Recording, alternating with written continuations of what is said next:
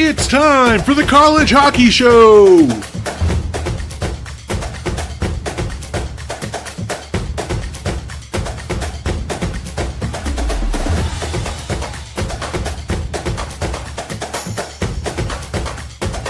And now here's your host, Jeremiah Maxwell, and the degenerate Bostonian, Mike Warino.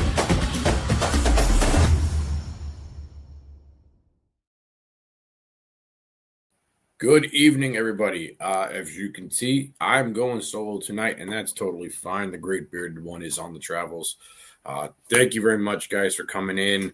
I apologize I couldn't get Instagram going, but here we are. I'm going to jump right into it right away because that's just what I do.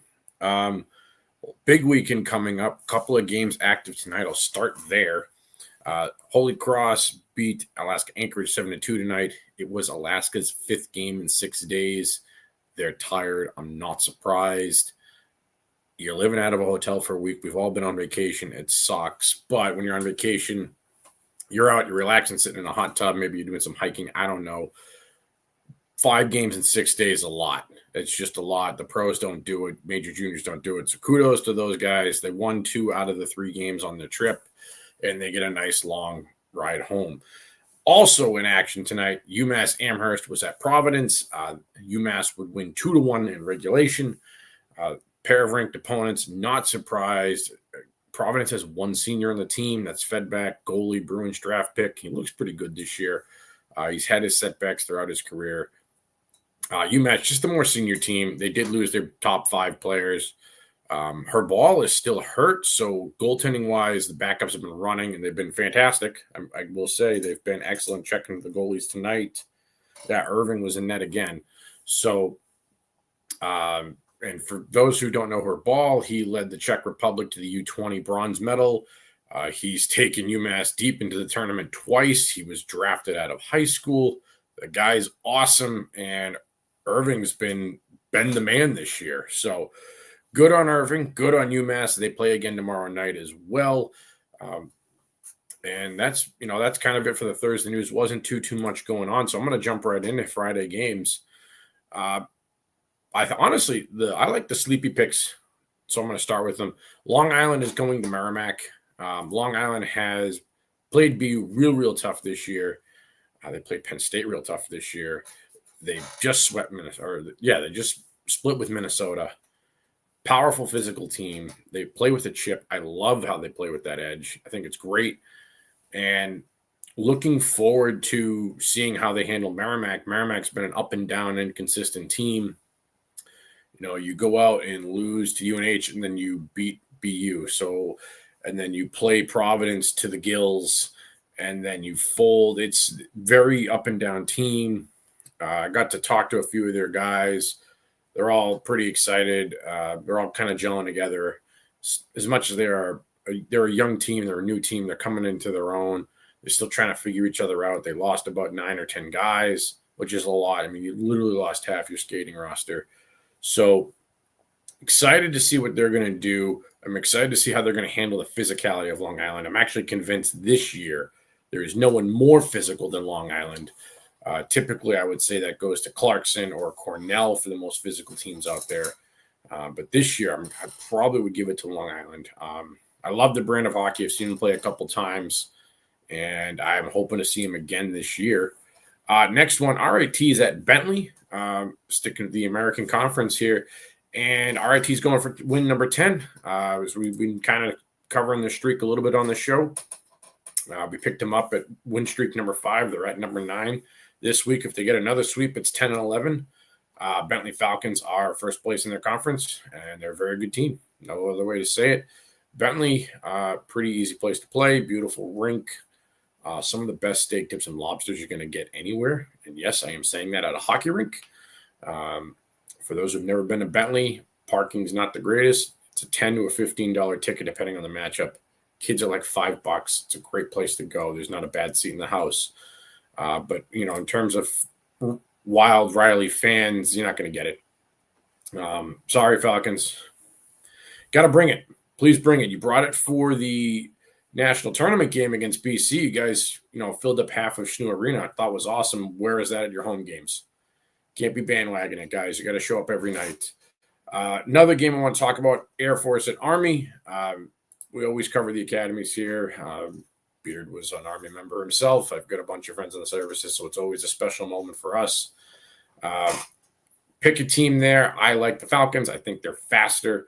I like the conference. I actually like Army's conference better, but give me the Falcons, even though they're on the road. I'm expecting a split. I think losing Gladkowski for the Knights, that was a big loss. He did transfer to Penn State. I do want to talk about that one quickly. I know it's frowned upon to transfer out of the academy. It's like, oh, you just use this to go D1. He has every intention to do his times in service. He even said that in his interviews. But when you start winning awards, you start getting recognized for Hobie Bakers as a defenseman. That's kind of uncommon. Ultimately, he was not a finalist, but that's when he got those news and a team like Penn State's knocking on your door with 8 first-rounders. It was pretty understood that why he was going to go. He's got a real chance to play in the NHL. He will do his 2 years of service. There are no exemptions. So good for him, but I thought was a big loss for the Knights back end. We're going to get into now, I think, the best matchup of the week. It's in the Big Ten, number 7 Wisconsin versus number 1 Michigan State. Spartans are at home, and I really like the top line matchup of Finley versus Martone. Finley carried that horrendous Wisconsin Badgers team last year with Shipley. The two of them, and Mosley as well, the three of them, I should say, put the team on their back. And, whatever they could muster up for the Badgers last year, they did. They've got support this year. And they're obviously a year older. They're better. I'm not going to say they're much better. They're already pretty good. And then Martone, one of my favorite players this year. But Finley and Martone, they're both in the top line. One's a left winger, one's a right winger. So they're going to be sitting next to each other all night long. I love this matchup. I can't wait to see it. Martone took it to McKenna. Can he take it to Finley? Finley is much stronger in his defensive end. He's also older than McKenna. So, maybe that's it. Sorry about that, folks. But that one's going to be on. It's going to be on the Big Ten Network. It should also be on ESPN Plus. There's talks ESPN will grab that game. See if they post it, if they will. If you guys are ever curious on how to watch the games, it is the College Hockey News app. It's free to download. As of right now, it is to be determined. So that's usually an indicator that ESPN's trying to pick up the game, but it will be on the Big Ten Network regardless if they don't. But yeah, I would highly recommend, guys, download the College Hockey News app and download the USCHO app if you can. Great stacks of information if you're ever just bored. Nonetheless, as a fan, this next matchup is my favorite. Ohio State at number 2 Michigan.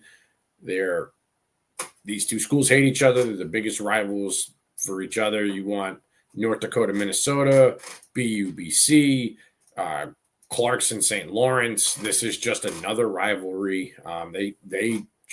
These two schools do not like each other. Ohio State is unranked, and I think it's harsh on the Buckeyes. As this season progresses, you will see them back in the top 16. I think they're a sleepy Frozen Four team, and when I say that, I think they're going to finish this year at 12 or 13. And then you're going to get them against a 4 or a 5 seed. And I'm looking at a 4 seed right now. That would be, Denver. And I think they match up pretty good against Denver. I think they could steal that game against Denver. 5 seed. Let's check that one real quick. If they were playing, because here. That's an ad. I'll get you number 5 in a second, but I just think they could steal a game. It's just simply it. They're a scrappy team. They're a fast team, and that's why I have them kind of there. Right now, number 5 is at Minnesota Duluth. So that team's been a force to be reckoned with, and I still think they could pull that one off. It's one game. I love this Buckeyes team this year. I came in this season saying I didn't love Michigan. I thought they'd be good enough maybe to sneak in, but I had my doubts. They have certainly proven me wrong. I love getting proved wrong. Their goaltending is way better than I thought he was going to be this year, so kudos to him. I'm proud of him. I love seeing that. He is a second-round pick. So I'm expecting this weekend to be a split. You might say, why? I'm always talking about how difficult it is to play at the Yost. Rivalry games is something different. It's just the way it is. I'll say it about every rivalry game. There's always just that extra step there. So I'm expecting a split. And then when it goes back to Columbus in a couple weeks, I'm expecting a split again. Michigan has the better team. Obviously, number 2 versus unranked. That's kind of given. So I would expect a big win Friday. And then Saturday after Ohio State's, they do watch film. They've got the nerves settled in. A tight game Saturday. That's what I'm expecting.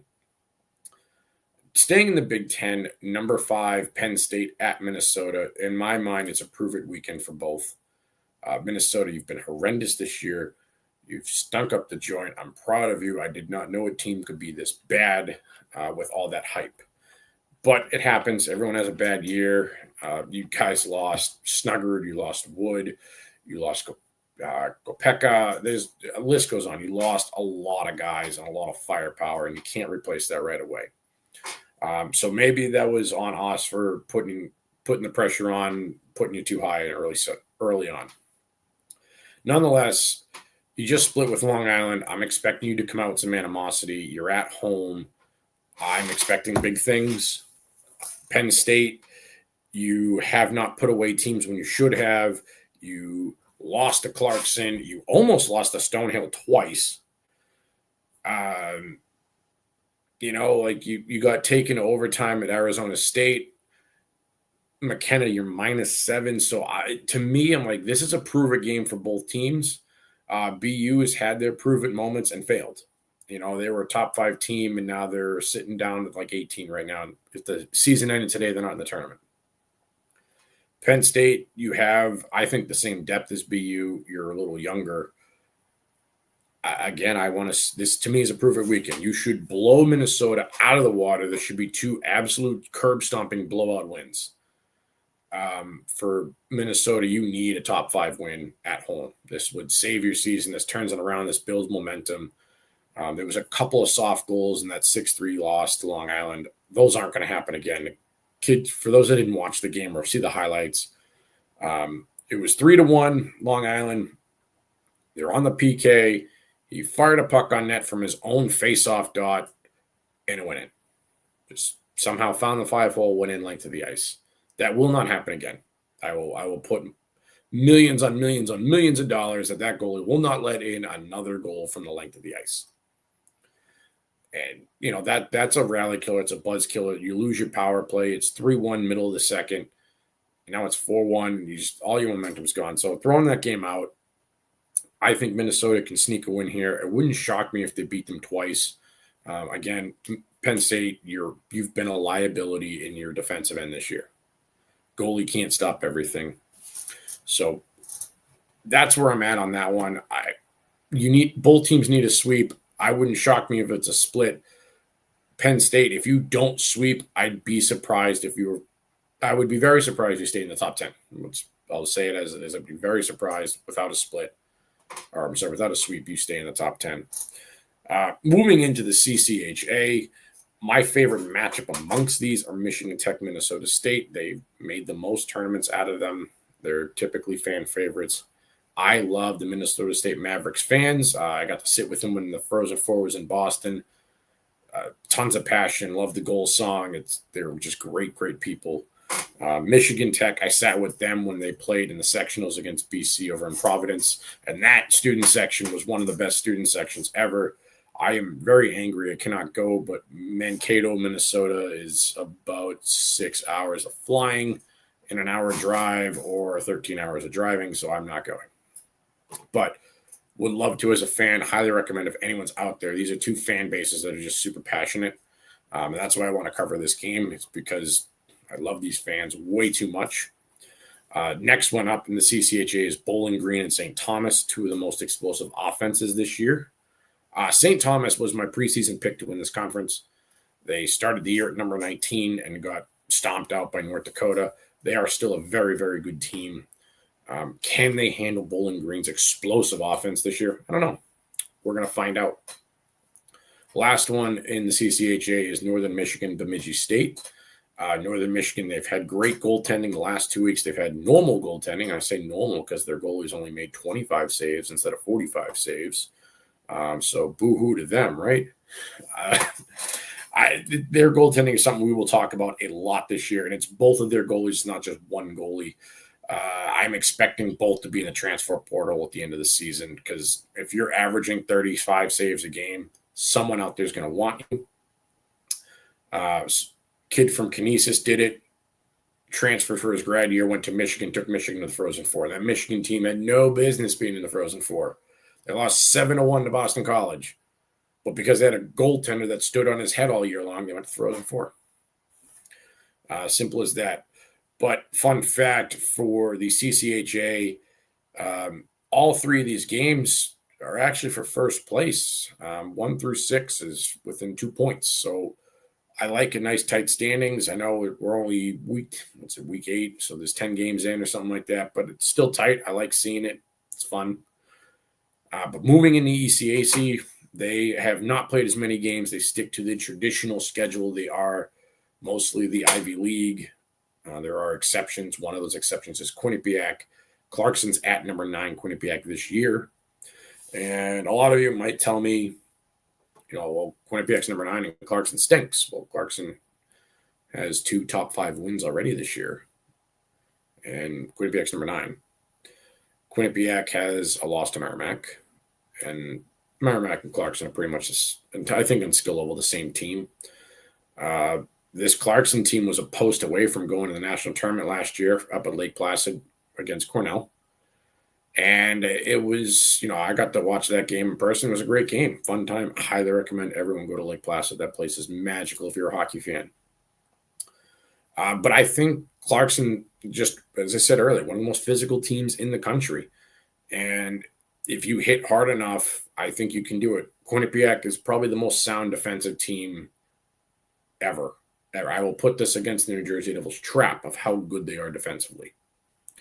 So expect a tight game. I was looking for lines on this, honestly. Couldn't find an under to save my life. I'm not surprised. If you wanted a line, I would say 4.5 under. I don't expect this to be much more than a 3-1 game. If you see Quinnipiac light them up with like 6 goals, it means they scored on a couple of breakaways. Quinnipiac's offense is much better than traditional. NIL is certainly helping them. But I expect this to be tighter than you would expect between a top 10 and a nobody. The next one, the final one in the ECAC, is number 20 Union against number 19 Cornell. What's funny about this is Union is averaging 5 goals a game. Cornell is averaging 1 goal against per game. So you have great offense against great defense. Union, sneaky team this year. They were projected to finish in the 40s at the end of the year, so they are way ahead. They blew out both their opponents last week at 6-1 against Lowell and 7-0 against UNH. So I don't know what to expect out of this Union team. They weren't supposed to be any good. Last time Union did this, they did win a national title. They have 1 national title. It's just 1 in school history. Will they do it again? Maybe. I don't know. I don't think so. I'm not saying they will. I'm just saying the last time they started this year, projected in the 40s and won both, and scored 13 goals in a weekend because they did this before. They did win a national title. So we'll keep an eye on that. Lightning can strike twice. It can happen. But nonetheless, 19 versus 20, expecting a very tight game. I am picking Cornell to sweep. Wouldn't be surprised. If it goes the other way, not surprised. If it goes split, I'm also not surprised. But if you asked me to pick, I would be taking the Big Red at home to sweep. But this Union team is no joke. And I am a little concerned about Cornell just based off how tight Harvard played them. And I'm not expecting much out of Harvard this year. But they've been winning more games than expected as well. We're going to stay on the East Coast here. Hockey East. Number 18, BU, and number 12, Northeastern. They're playing a home and home Friday, Saturday. Northeastern, if they get swept, it's not that big a deal. They've got some great wins this year already, including BC and UMass and Denver. Vice versa, if BU gets swept,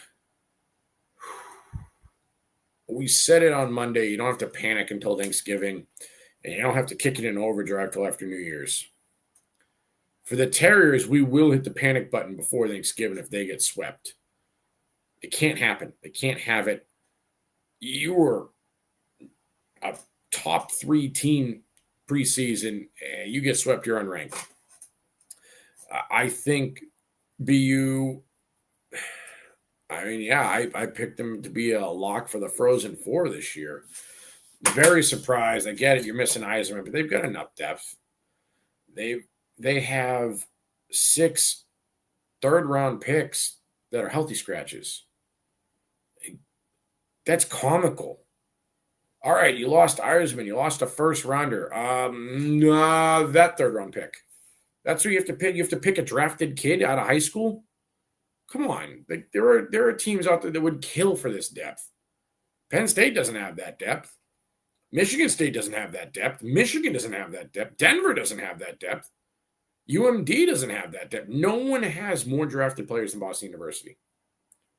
Imagine telling a second and a third round pick, go ride the pine because we have this freshman coming in that isn't drafted, and he's better than you. Imagine telling a second round pick, this freshman's better than you. He's draft eligible at the end of the season. It's stupid. It's ludicrous. It's nuts. So, BU, you have to sweep. There's no excuse, and good luck. My recommendation is you guys take a lot of bad angle shots, go for rebounds. A couple times I've seen Northeastern this year. I've noticed they're open. Northeastern's goalie's great. I love the kid. He plays awesome. Not going to sit here and say I'm better than him. I'm not. I was not a hockey goalie. I'm not trying to ever claim to be a hockey goalie. But Zacher, if you're out there, I think you don't play your post tight enough. Just going to say it. I think you got to hold it a little more. Look out for BU to take advantage of that. Hudson's a guy that likes to do that a lot. So same with Neil. So watch for those two in particular. You probably already know this. You don't want to hear from a fat guy on the computer. But I think that's how BU is going to have to win this one. And I'm just curious how it goes. It's just how it is. Avi, I'm with you. BU Northeastern should be a fun series. For the fans that don't know these teams, expect a lot of back and forth, up and down play. Don't expect this to be a snooze one. So these are fast-paced, go-get-'em, running-gun teams. Let's see. Yeah, see, I touched on it earlier. I'll circle back real quick. I think Michigan Ohio State actually is a split simply because rivalries, anything can happen. And I think Ohio State's way better than unranked. For Wisconsin, Michigan State, that's my favorite. 1 versus 7. Give me a break. Martone versus Shipley is going to be awesome. I think it's going to be absolutely awesome. But my next one I am going to jump on is the BC Maine game. I will be there Saturday for this one. I will not make the Friday one, unfortunately. And which teams are going to show up? Like, we've got Maine teams that sweep BU, but then lose to Vermont. I've got a BC team that put an absolute whooping on UMass and then got ran out the door by Denver. Which BC team do I have? Which Maine team do I have? I don't know who to pick on this one. Which BC goalie do I have? Like, he's both of them up and down. Like, some games I'm like, oh my God, this kid should be drafted. And some other games I sit there and going, how did he get a scholarship? So I want to see some consistency. Hagens, I do think you're a better winger with Stiga in the middle. I want to see you back check more. You don't back check enough to be a centerman. I'm telling you right now, you got toasted twice when I saw you at UMass play against UMass at home. It was kind of embarrassing to watch. I'm not going to lie. You had a couple of pretty goals, but you got to back check, man. Now, I do think you're overplayed. I do think BC's entire first line is overplayed. And if you want to say you're gassed, that's fine, because a minute and a half shift is inexcusable for every single shift, not just one shift, but all of your shifts are too long, and that's on the coach. But I want to see which team goes, and I do think the coaching advantage is with the Black Bears, and I think we're going to see that. My advice would be take Maine on Saturday if they lose Friday. We will see the lines when they come out. Last Hockey East game I will talk about is UConn and UNH. I will be there this Friday night. Really looking forward to seeing this UConn team again. Also seeing at the Wit. It's one of the best arenas out there. Highly recommend. It's a fun time. Again, there's no bad seat in the house. I would avoid the $10 ticket they offer simply because that's where it's deemed family seating, and it's great if you have kids. But if you don't have kids, it's a nightmare. Just throwing it out there. But looking forward to it. Viking, the last time I saw him, he laid an egg all weekend, and I was kind of angry. I want to see him do something with it, do something better, be the player I know he can be. Huskies, you need to sweep. It's plain and simple. You're fighting for seeding in the national tournament. You probably should have been a Frozen Four team last year. You kept most of the squad, so I'm expecting big things. I am, unfortunately, expecting my Wildcats to get absolutely smoked. It is what it is. I'm not going to sit here and BS it, guys. It's a mismatch. With that being said, UNH does have a top 5 win this year, so anything can happen. But final one, top to bottom, is actually my favorite conference this year, the NCHC. A lot of you will say, well, what about the Big Ten? There's only 7 teams in the Big Ten where there is 10 in the NCHC. So that is why I give them a little more nod, a little more credit. Obviously, top heavy, I'm going to go Big Ten, but at the same time, you have Denver, Western Michigan, and Minnesota, Duluth, and North Dakota for top heavy teams in the NCHC. So the Eastern Coast conferences, we're not looking too hot this year. It's definitely probably a West Coast winner. It is what it is. It's going to be insane. The first one I want to talk about is actually St. Cloud of Miami of Ohio, out of all things. Ilya Morozov, we talked about him before. I want to highlight him, circle him. I guess there's a streaming service out there we can all download and watch. I haven't found it yet. But I want to see if this kid can do it. 13 points in 11 games. Can he keep the Red Hawks in it? Not the strongest year of St. Cloud. I expect them to be a little better in flirting with the tournament. I don't think they are this year. I think they're still going to be in the top 25, but I don't know if the top 20 at the end of the year. Unfortunate. But again, I said it before, everyone's good. You can have a bad year. It's fine. And honestly, you could have a great year for St. Cloud. When you have 4 of the top 12 teams in your conference, it's tough. It's tough. And Avi, I'm with you there. I like Omaha. Their goalie's insane. And you could outplay Omaha and run into Latokin. 50 saves a night. That's a thing he can do.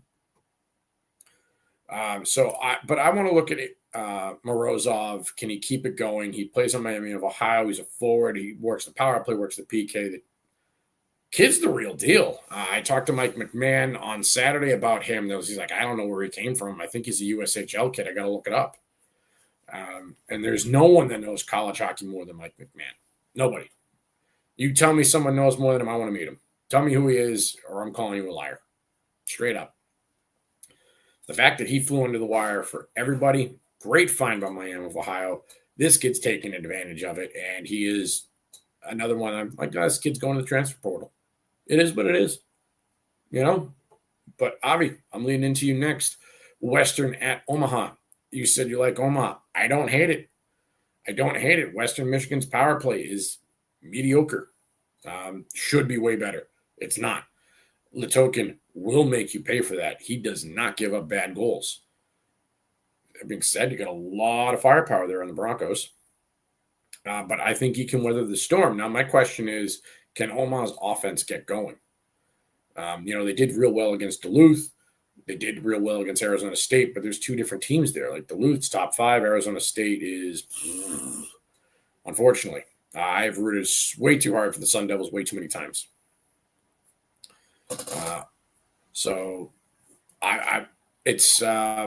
I'm with you. I think Omaha's got a chance to get an upset here. I do. I saw the lines post. I got excited. I'm like, whoa, wait a minute. Latokin's in net. Oh my God, wait. Soda's going to be an FS1 tomorrow. Sweet. Hey, I'm going to record that game. Thank you, Avi.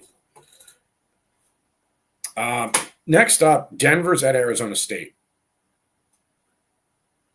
Arizona State won 3 out of 4 games of the regular season last year. And the fourth one, it was in overtime that Denver won. So out of a possible 8 points, Arizona State got 7 last year.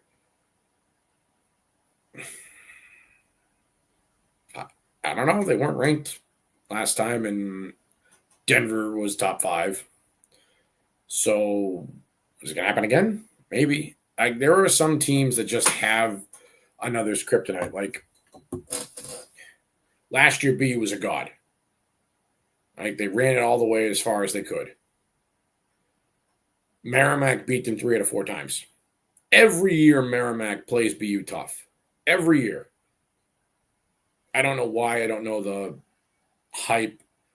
Like there's, in theory, no bad blood amongst the teams. Merrimack Providence, there's a lot of bad blood there because the coaches, the Providence assistant coach became the Merrimack head coach.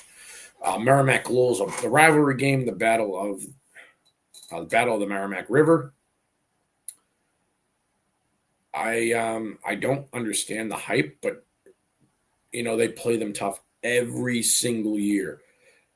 And I look at this ASU team like you could be Merrimack. You're the same talent. You should be middle of your conference. You play in a pretty tough conference, pretty desirable school. A lot of people are like, why would you go to Merrimack over all the Hockey East schools? I'm like, well, you're in Andover, Massachusetts. It's a beautiful city.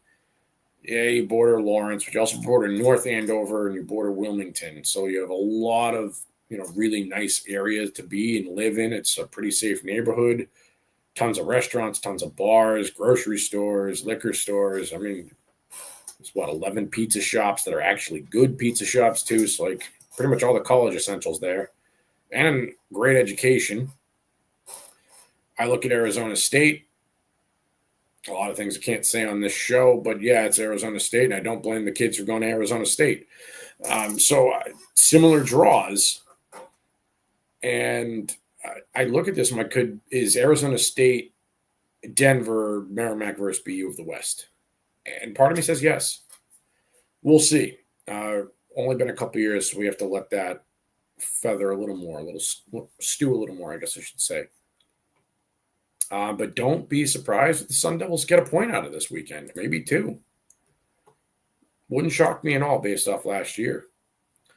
Last game I'm going to talk about is number 4 Duluth at Colorado College. And I do want to remind everyone that first place in the NCHC is North Dakota. They are playing the United States Development Team, so they can't get any points this weekend. And 5th place, Colorado College, separated by 5 points. 5 points, 1st to 5th, and 1st place on a bye. 2 games in hand. Colorado College playing the 2 games this weekend.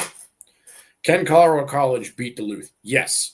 Manbrako is a wall. I watched him play last year, and you might go, Mike, you saw him give up 10 goals. You're right. I saw him give up 10 goals. I saw him make 103 saves. He had 53 saves in one game after a 50-save performance, for those that can't do the math. He had over a 90% save percentage, and I'm sorry, fatigue kicks in after a while. You get that many shots, you're tired. And anyone who wants to debate me, you weren't a goalie. I speak from my own experiences hopping in net. You're right, I didn't play in hockey. I played in lacrosse. I didn't have pads, and it was a 6x6 instead of a 4x6. You get tired. You face 50 shots a game. And you got to do it again the next night. You're tired. And you're jet lagged. You just flew across country. It's tough. It's hard. It's not fair. And it's not like you can go relax. Like in the pros, you have these beautiful locker rooms and you get ice baths and saunas and hot tubs. You can go relax. In college, whatever the hotel amenity is, you might have a trainer with you so you can get on a massage table. That's kind of it. They travel with more stuff than I can imagine, but it's still not. It's not the same. So I do believe Colorado College being at home could steal a game against Duluth. Absolutely do. Wouldn't shock me at all. Again, Colorado College was ranked to start this year. It shouldn't be a surprise to anyone that these games are tight. But those are the games I'm covering. I want to go over, and I do want to go talk about. Well, I am the degenerate Bostonian. Let's be real here, guys. We're 24-10 on the year. We are up a little over 8 units. If you took the Michigan State bet last week, that you're up over 10 units. I've got 2 bets for you this weekend, or this Friday, I should say. The first is Denver -1.5 at +105 or even money. And yeah, you're right. I said wouldn't shock me if Arizona State took him in an upset. I know I compared them to the Merrimack BU, like underdog versus Godfather, or somehow the underdog wins. I also think Arizona State's dead in the water. I'm just going to say it. Sun Devils. This is a bet I don't mind losing. Simply because that would mean you brought some life back. And I'm a huge fan of the school. I want to see them in the tournament. They should be there. They have the talent there. I think maybe it's the coach. I don't know. But obviously the over, I don't hate that play either. It's not a bad bet at all. Arizona State gives up goals. Denver scores goals. Denver doesn't give up a lot of goals, but it's Arizona State. But no, one of my bets this weekend, I am going to take Denver -1.5. I've seen it for +105. I've seen it for even. I'm doing it. The other one, I got a parlay, and I'm sticking to my backyard. Northeastern, Friday night, they're at home, +1.5. BC money line, they'll be at home. I'm taking those two, come out to a +150 parlay. The reason I'm doing that is Northeastern BU, I think it's going to be a tight game. BU needs to come out guns blazing.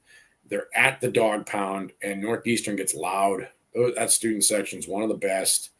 It has not been the man, the myth, the legend the last couple of years. In the regular season, they usually show up for the Bean Pot and the Hockey East finals. Traditionally, they used to fill up the dog pound. It was just lethal. It has not been there, but still allowed. It's still a good student section. It's still a tough place to play. So I'm taking the Huskies at home. I think they can get in Terriers players' heads. And the reason I'm so confident with that is BU's been so off. Eiserman's out. That's just the way it is. BC at home, I'm riding their hot hand. They just swept UMass last weekend and looked great. Letourneau's scoring the goals now. This is his real freshman year, guys. Last year he was supposed to be in the USHL with the Omaha Steel. He clearly should have went. They expected Will Smith to stay 2 years. And this is why I tell people, I always want the kids to go 3 and 4 years in college. Just give them that extra year of development. And I look at Letourneau he could have used a year in the USHL. I think he would have been a superstar last year in the USHL. And we all saw him struggle in the NCAAs. It happens. And so, therefore, super pumped he's performing. I want to see Gasseau back for the Eagles. I'm hoping he'll be back soon. He may be in this weekend. And if he's in this weekend, I really like BC. But we'll see. We'll definitely see. But that's my parlay would be Northeastern Huskies +1.5 BC money line. Avi, I get hesitant on the Wisconsin 1.5 just because Michigan State finding that empty netter. To quote my dearest friend Rico, puck line Jesus. BC Maine on the over at 6.5. I could see that. This is the problem with BC and Maine is the two inconsistent teams. If I get the BC and Maine, we all know they were both in the top 10 preseason. This is a 2-1 game. One of those teams forgets to show up. It's 7-1. I don't know who's going to be the 7-1, but whatever one sucks. Michigan money line, they should blow Ohio State out of the water. And if they're going to win a game, it's going to be Friday. I do like them Friday night. I don't love them Saturday night. As I say that, I'm going to check the lines right now for Michigan because you're right, Avi. Friday night, they should beat Ohio State. I'll be very, very surprised. So let's see what DraftKings has real quick before I sign off. Hey, Beard, I'd love to see you, man. Hope you're having safe travels out there in Detroit. Let me know how that goes. But yeah, site's going well. I am not taking Michigan tomorrow because at minus 298 is not worth my money. For anyone that wants to know simple math, how gambling works, I'll take a couple minutes to talk about it. If you see minus 298, if you want to make $1, you need to bet $2.98. So I'll round that up to minus 300. I have to bet triple to win $1. I'm not doing it. And it's just simply because it's not worth the risk. Now, for some people, it is. You know, if you wanted to win $100, you want to lay 300, go for it. Go right ahead. In a rivalry game that sincerely anything could happen, I am not putting that. I'm not putting it in. Yeah, I could parlay that. For the other one, it's plus 150 at 3-1. It's only going to make it a 215. Still don't really want to risk it. Now, that's I mean, I don't like putting in big 300 minus 300s in there.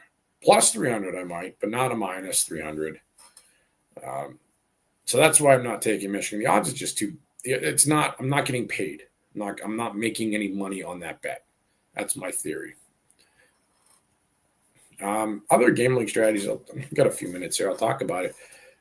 A lot of people are like, oh, I love the plus money. I love the plus money. Just understand the risk of that.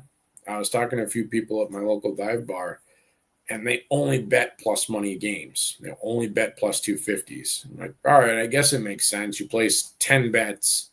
If 2 of those hit, you're even, which is great. But you're asking for 2 upsets out of 10. You might get 1 upset out of 10, 2 upsets out of 10. You got to know something that I don't, or you got to be really lucky. And, you know, you never know. You never know what's going to happen. But yeah, my top games of the weekend, my number 1, head and shoulders, is Wisconsin, Michigan State. As a fan, Ohio State, Michigan, I have to say that as a Blue fan, but I'd be biased to say that. And Union Cornell, I'm really curious what this Union team is made of. I really want to watch it. I will be at games.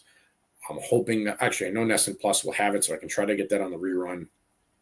Very curious what that brings, what that Union team brings to the table against a ranked team, and then also I want to see Cornell. I think this will be a great test for them. Those are 2 schools that I will be watching extremely close the next couple of weekends to really see who they are.